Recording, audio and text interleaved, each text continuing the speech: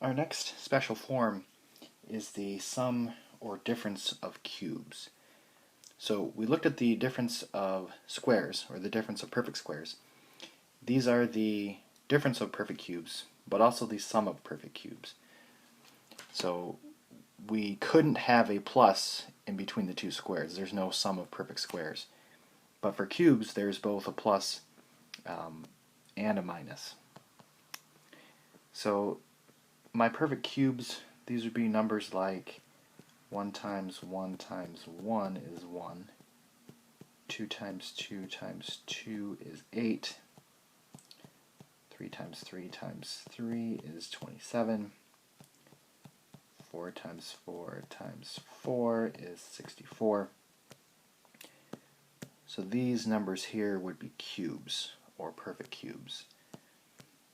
If we look at variables, x times x times x, x to the 3, x squared times x squared times x squared is x to the 6 because you're adding up the exponents. X cubed times x cubed times x cubed is x to the 9th. And x to the 4th times x to the 4th times x to the 4th is x to the 12th. So you'll notice that all of your exponents are multiples of 3. So we're looking for these types of numbers when we're doing these forms here. And again, it has to be just two terms either being subtracted or being added. So whenever I do these, I like to kind of list my terms off to the side because these formulas can be quite complicated. But the main thing that we need to be aware of are a, b, and a squared and b squared. So I like to kind of write off to the side these numbers. So this would be my a cubed. My first term is my a cubed. And I'm going to be looking at this bottom one for number 21 because it's a subtraction sign. For 23, well, 23 is also a subtraction. So if it were addition, then you would have to look at the top one.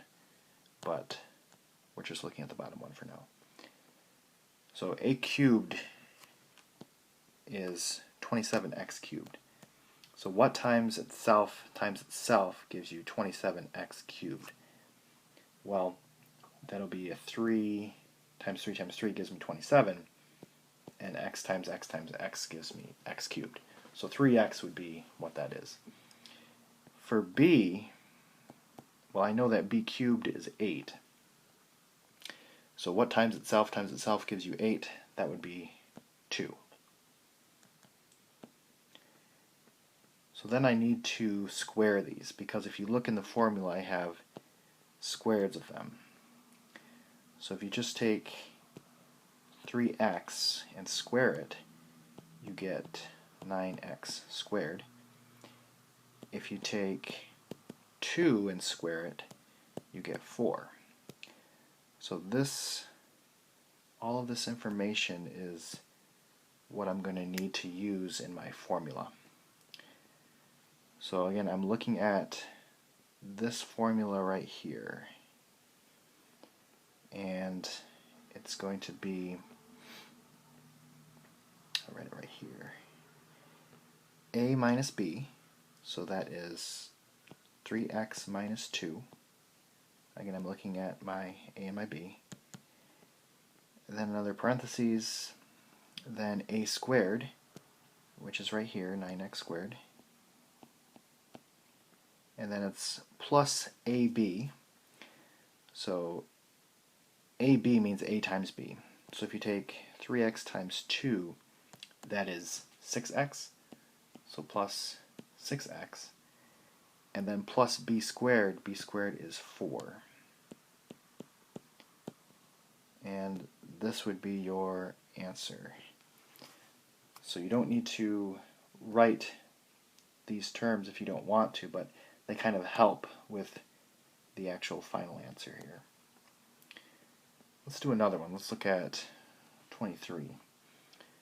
So I'm going to make a box.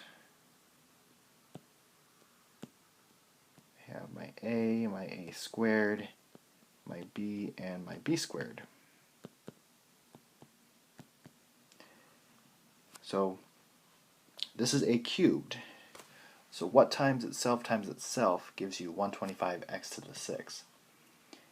Well, that would be 5 and then x squared. So 5 times 5 times 5 gives you 125. It's like the cubed root, which we haven't really talked about square roots or cubed roots yet. We will eventually, but that's a later chapter. The variable, you basically divide it by 3, the exponent. So on the previous difference of two squares, you could divide the exponent by 2. Here, you're dividing the exponent by 3. So 6 divided by 3 is 2. And again, that's because if you look down here, x squared times x squared times x squared is x to the 6. Okay, b, what times itself is y to the 6. That'll be y squared. Okay, and then I need to square both of these because a squared and b squared are in the formula. So 5x squared, all of that squared, gives you 25x to the 4th. Y squared, again, when you have power to power, you multiply the exponents. That would be y to the 4th. So I'm going to now actually write my answer. Looking at my formula, it's a minus b. So that is 5x squared minus y squared. And then it's a squared, which is 25x to the 4th, plus ab. ab means I need to multiply those two. So that'll be plus 5x squared y squared. And then plus b squared means this is going to be plus y to the 4th.